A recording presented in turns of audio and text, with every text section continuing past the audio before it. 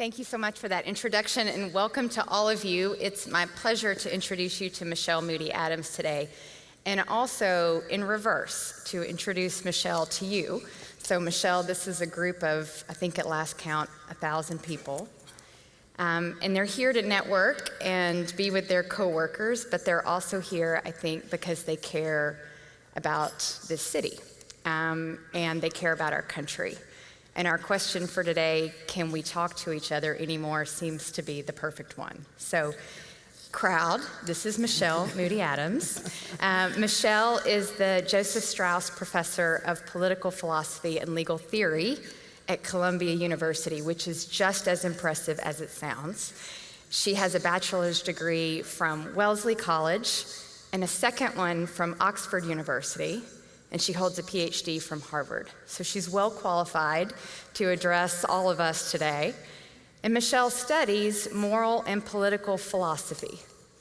And so the University of Tennessee has been asked to stand up the Institute of American Civics. And in that institute, one of our charges is to improve the civic health of the state. In fact, that is our main charge. And we've come to understand over the last year or so that that doesn't just mean educating kids K through 12, but it also means talking to Tennessee adults about improving our civic health, and specifically about improving our civic skills. And so you're here today improving your own civic skills by being in community with one another. And I told Michele yesterday, one of the things I love about Knoxville is that every single piece of the political spectrum is represented in Knoxville. And so with 1,000 people in the room today, we're occupying probably every piece of that political spectrum.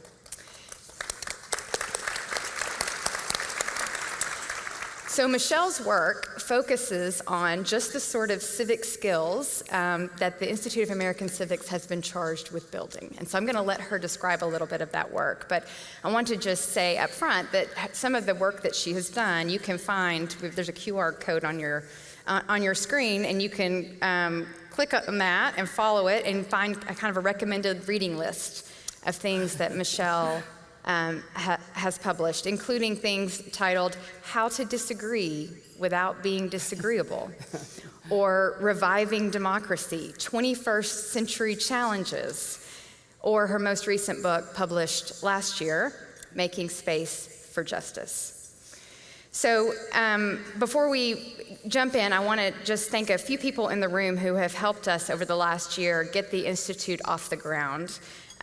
Randy Boyd is here. He's definitely one of those people. Mr. Haslam, John Tolsma, Senator Alexander, but also the city of Knoxville and Knox County have welcomed Institute interns into their offices to learn the inner workings of government. And that's been a really important and valuable part of their undergraduate experience. So thank you. We also last week appointed the first director of the Institute, Josh Dunn, who flew in from Colorado yesterday to be with us for this event. So Josh, if you'll raise your hand, and folks can come find him after the event. So Michele, let me start with this. Tell us a little bit about your background, where you're from, and how you ended up becoming a philosophy professor at Columbia University. I'm happy to do that, and I'm just delighted to be able to join this wonderful community of people who are dedicated to their community. So I'm from Chicago, a great city that has its flaws and has its challenges, but it gave me a very wonderful start and background in life. And as part of that time in Chicago, so I came of age intellectually during a time of great upheaval, the late 1960s and early 1970s.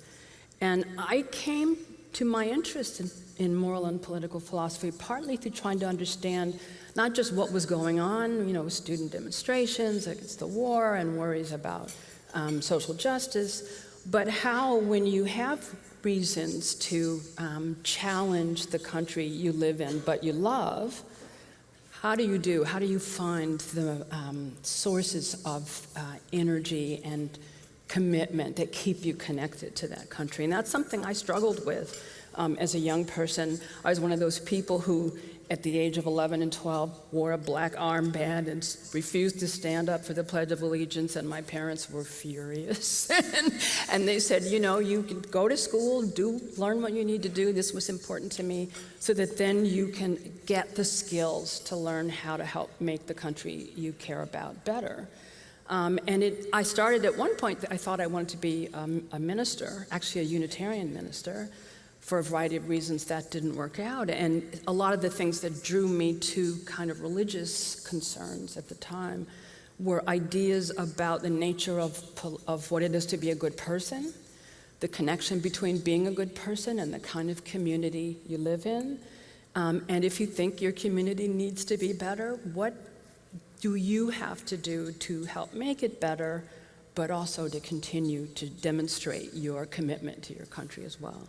And that's really how I got started. I went to graduate school and studied with one of the truly great political philosophers of the 20th century, a man named John Rawls, who also was interested in the moral and the political side of things. So it was a perfect fit.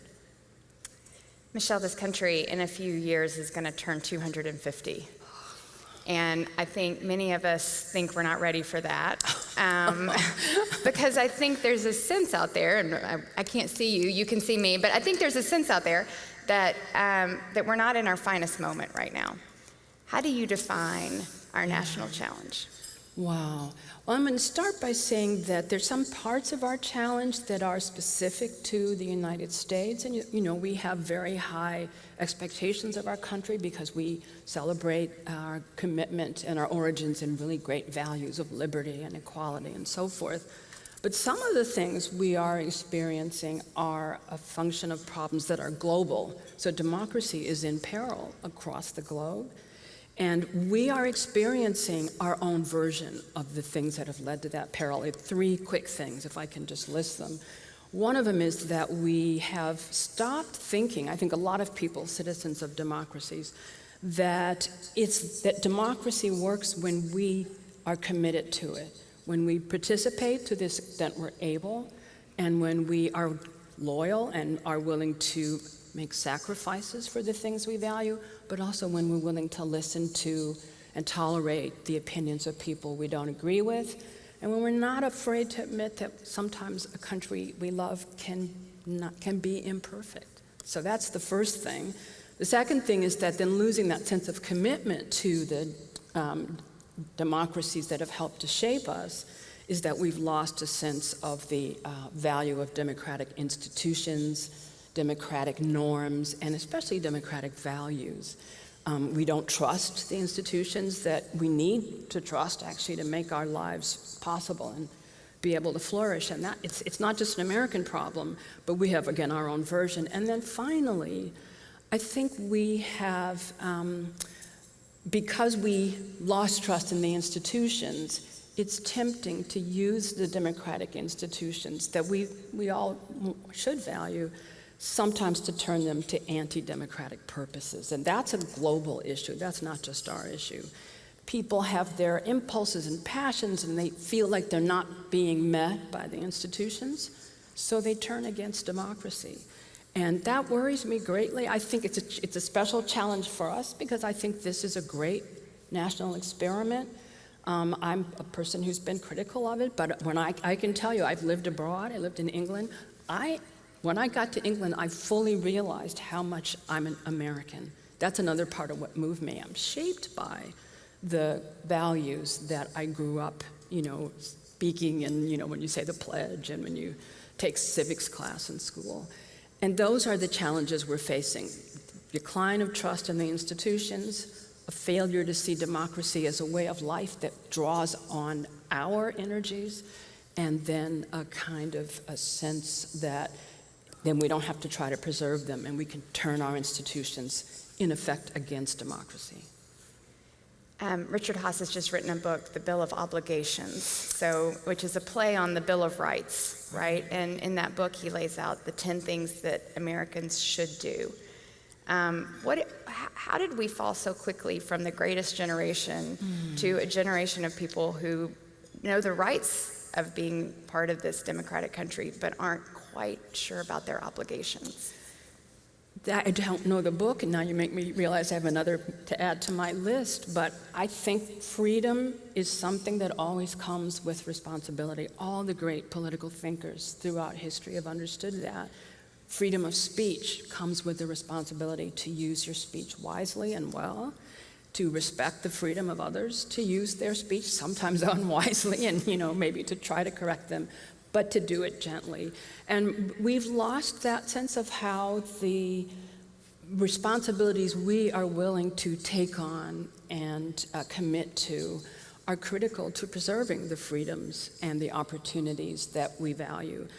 But we've also, I think, forgotten that sometimes when we see others who haven't had the opportunities that we've had, and I talk about myself as somebody that, I come from a modest background, but I've had lots of privileges, educationally especially, we sometimes forget that we have a responsibility to try to make those opportunities and freedoms accessible to others.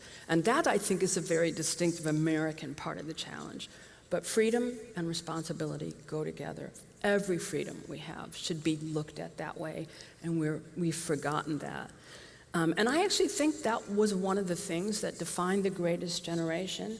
I mean, I speak with great pride that coming as an African American, to sit before an audience, a mixed audience, I can say that even in my family where people said, well, I don't get everything I think I should get as American, as an American, but let me be willing to sacrifice for my country in case that sacrifice might make it better. And it isn't just military sacrifice, it's taking care of your community.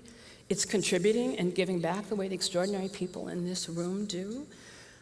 It's sometimes looking out for others who maybe haven't had the opportunities you've had. And so I think that's what the greatest generation managed to do in different ways, in different communities. And a lot of the young people, not all, because I teach people in the generations that are kind of producing future leaders, but some of our young people have lost that sense of the link between freedom and responsibility. It's what are you going to do for me, not how can what you might do for me be connected to something I can also do to support you and support the institutions that let you flourish, that let us all flourish. There are 1,000 people in this room, and probably 999 think I shouldn't ask this question, but you alluded to it earlier, so I feel like you opened the door a little bit. We're having a hard time with in this country agreeing about how we teach our own history. Oh. And I hate to bring that up at lunch. Yeah. But I have a fifth grader in Knox County Public Schools, and it breaks my heart to talk to her teacher and understand how paralyzed her teacher feels in the middle of that conversation. Yeah. Can you, from your perspective, why are we right now in 2023 having such a hard time with this topic?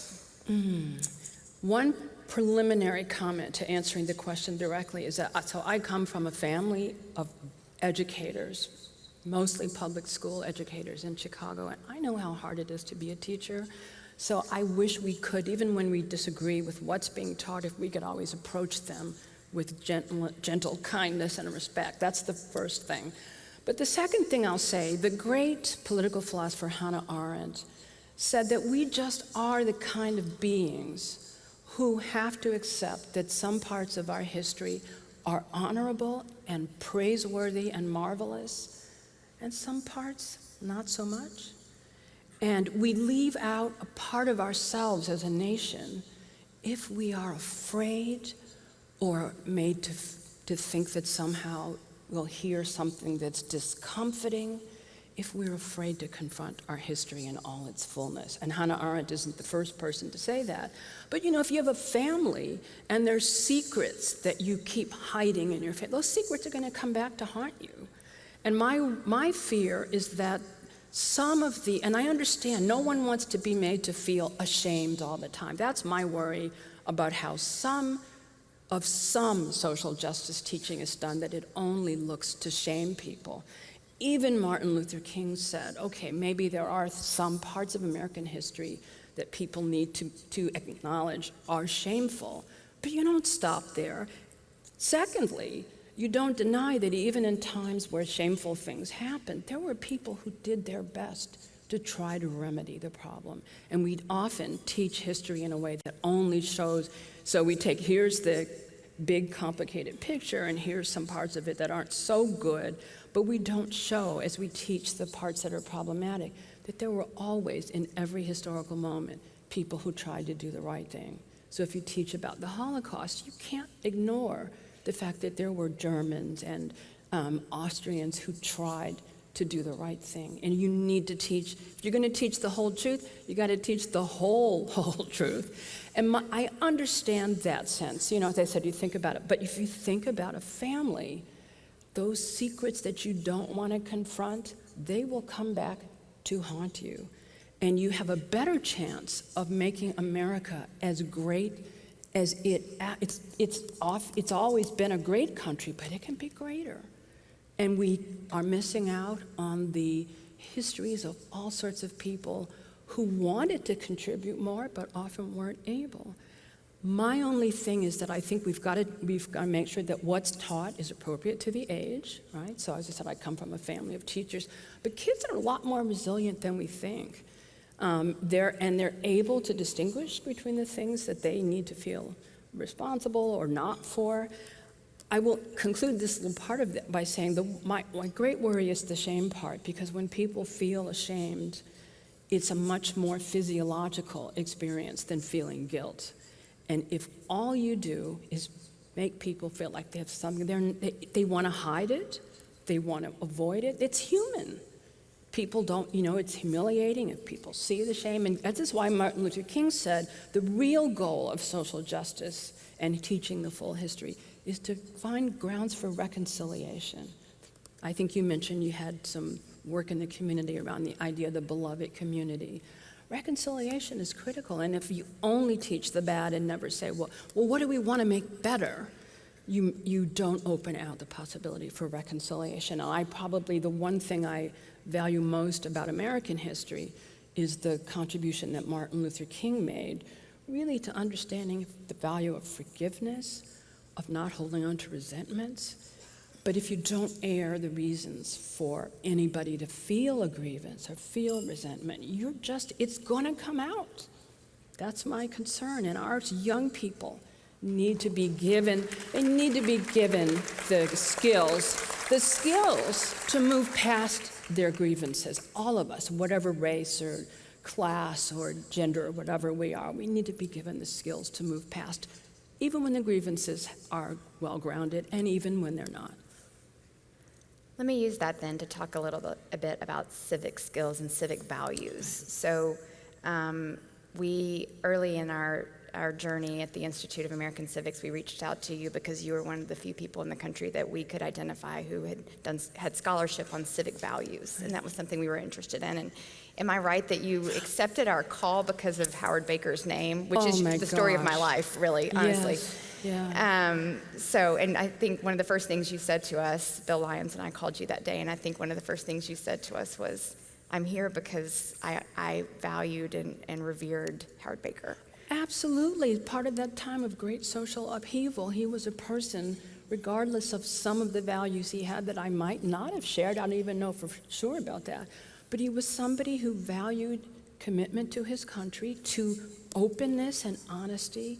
And in that wonderful quote there about being an eloquent listener, it's something I think is very important. You listen to the people with whom you may not agree, and there's just so much opportunity for constructive movement beyond. I just think he was an extraordinary person, and I would hold him up as a model for all of us to consider emulating.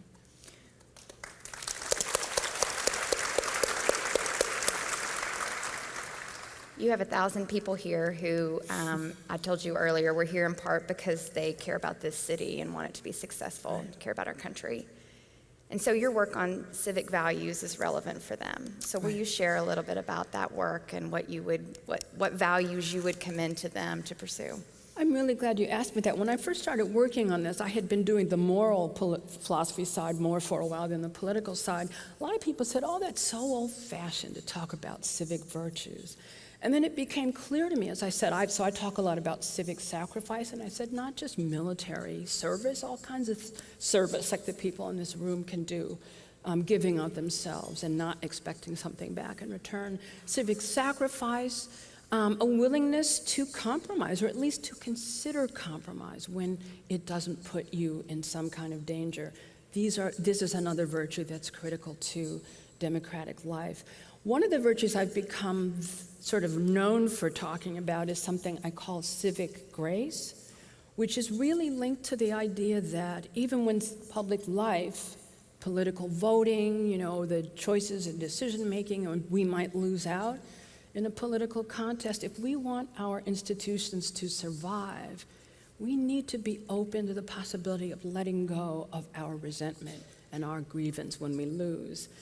But also, so that's the negative part of what I call civic grace, but extending goodwill to the people with whom we disagree. And in doing that, hoping that they're not going to try to crush you because they won, but they're going to try, like that great story of, the Lincoln bringing all his, competitors in to talk, which is the Doris Kearns Goodman Team book. of Rivals. Team of Yep. Rivals. My memory was losing the title there. That in the end, what you want is for your rival to then come back to you and say, what do you know that I don't? That actually came up earlier in the commentary from one of our speakers.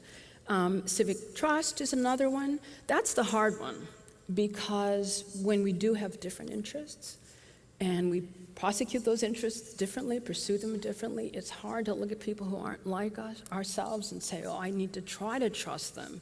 I'm not saying be best friends with everybody, but if you see that a fellow citizen is willing to try to do something important to further the goals that we share as a community, the civic trust is something that's required.